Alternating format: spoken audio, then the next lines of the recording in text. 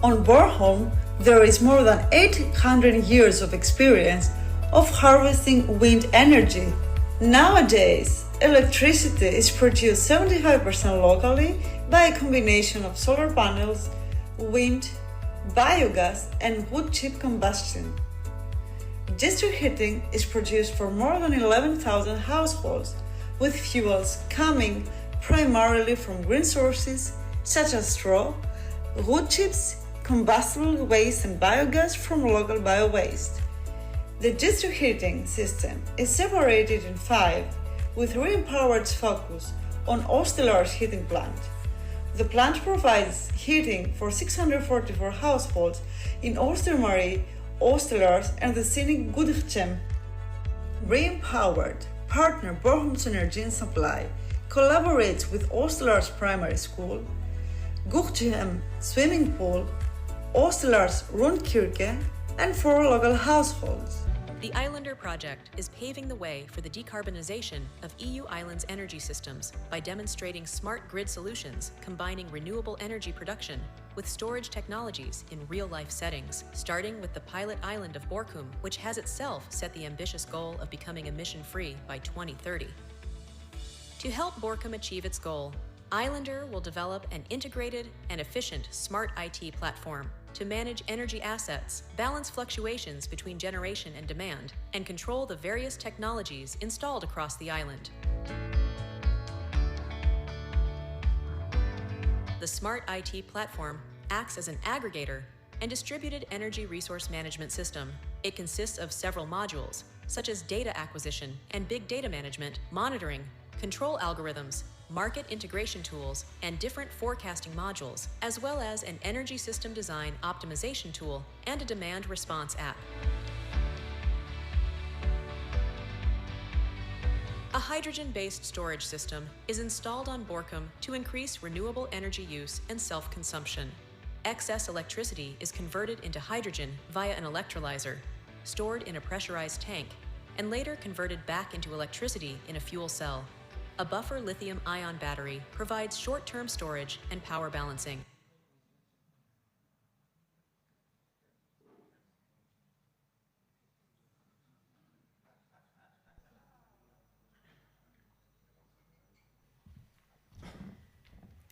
Okay, so we have just a few, a presentation before we will lead to the site visits this afternoon.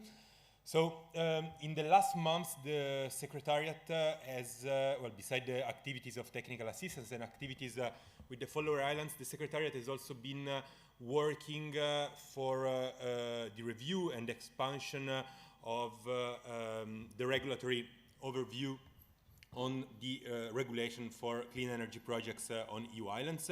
So currently there is already a lot of material available on our website. This information has been mostly updated and expanded, and it has to be intended as a guide for who wants to develop clean energy projects on EU islands, so the different categories of projects that we are also dealing with in the breakout rooms. I will now give the floor to Mojtaba Eliassi that will present the structure of such an overview, and also give you some elements to be able indeed to consult it and take advantage of it. Thank you,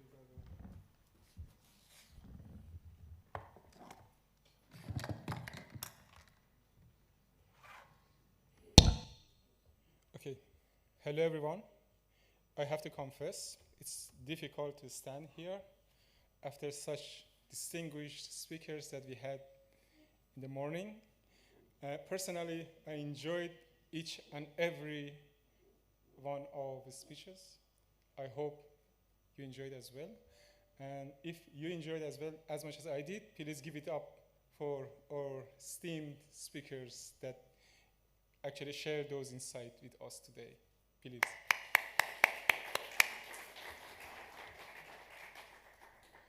But on a different note, this is beneficial to have my presentation after lunch, because then if you fall asleep, I can blame the food rather than my presentation skills.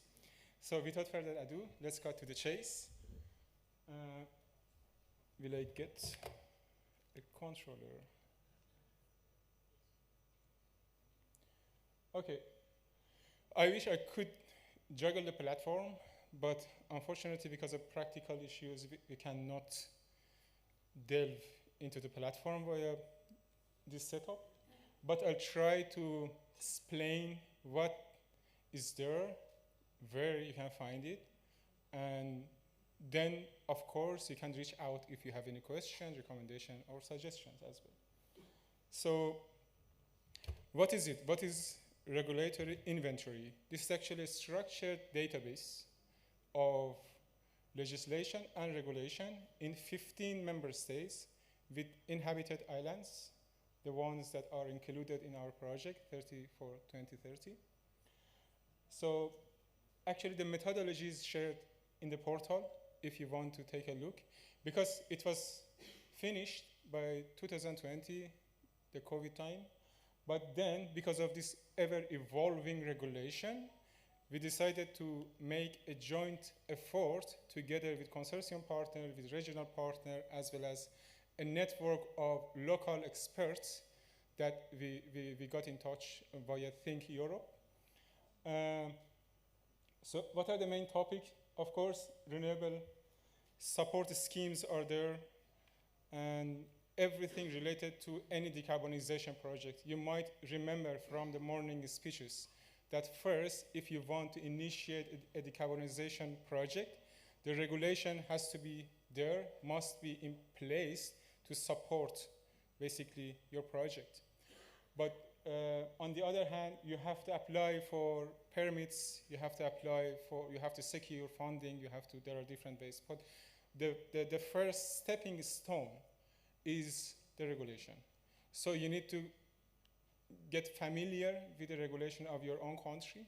We also emphasize if there is a dedicated, designated regulation for islands in that country. So if you go to that portal, you will see that if there are some regulations, for example, in Greece, dedicated for islands, you can locate and you can have a look. Other than support schemes for electricity, for heating, for cooling, and as well as transport, of course. There are some regulation regarding energy communities, energy sharing, also regarding authorization process. Of course, grid connection procedures, which, as you know, this is the main or the key barrier in terms of renewable penetration increment. As well, energy efficiency policies. If you are planning to make any energy efficiency project, so you can go to the website, you can go to that specific country, and then you can look into that regulation. So as I mentioned, we covered 15 countries, and as you could see here, all the countries that are within this project are covered already. Some of them are very detailed with everything. It depends on the country itself. If they have very detailed regulation on these, let's see, decarbonization-related project. So you will see a higher number, actually, in the first page. For example, this country has, 80 different regulations regarding energy decarbonization projects. So each member state fiche includes some general information about the country itself. Okay, regarding their national renewable targets, for example. And then we included a regulatory fact sheet, a summary of different regulations, and then you will see barriers and recommendations for that regulation that we collected for that specific country. And in the end, there is a booklet summarizing everything in there. And as Ricardo mentioned, we started updating this repository, and actually we decided to share a political summary with different national regulatory authorities, thanks to DGNR, thanks to EDITA. And we have received some feedback, and we are waiting for more feedbacks to complete this one. And actually this platform, if I'm mistaken, please correct me, Ricardo, there will be a new platform launched soon that will replace this current platform.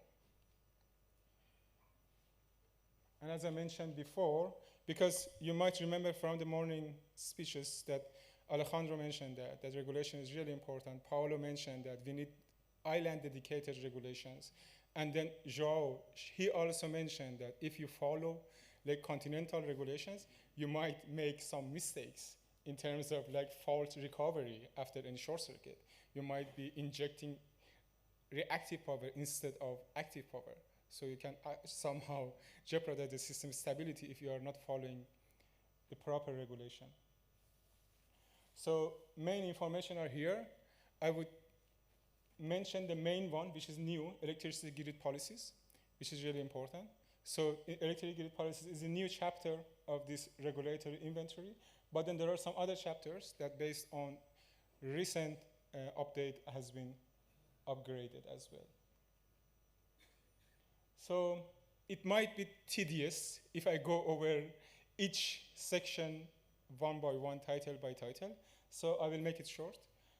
For example, in terms of decarbonization action support, we have electricity support, heating support, transport support, and we also have legal sources, including the measures, and etc. I'm not going to read them through, but this one is more important. You have electricity grid overview, connection, use, and grid aspects, basically. As well as energy communities. For example, here the list is not, let's say, covering everything that is in that regulation. You might see something related to energy clusters. You might see something related to citizen energy initiatives. You might see different sorts of regulation which is applicable to your specific island and country. And some additional information regarding supporting policies. Basically, it's a summary of policies for different renewable energy sources projects,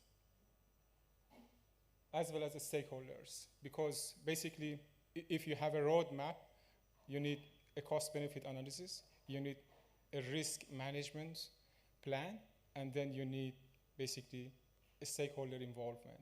So you need to bring everyone on one table to see if you can make a joint effort in order to advance your renewable project. And as you know, permits and authorization, this is super important. As I mentioned, most of energy communities are awaiting grid connections. So it's like the community is economically viable, everything is okay, but the grid is not capable of hosting that connection to the grid. And thank you very much for your time. Please, if you have any question, please share them. No? Okay. Yeah, I think I covered it.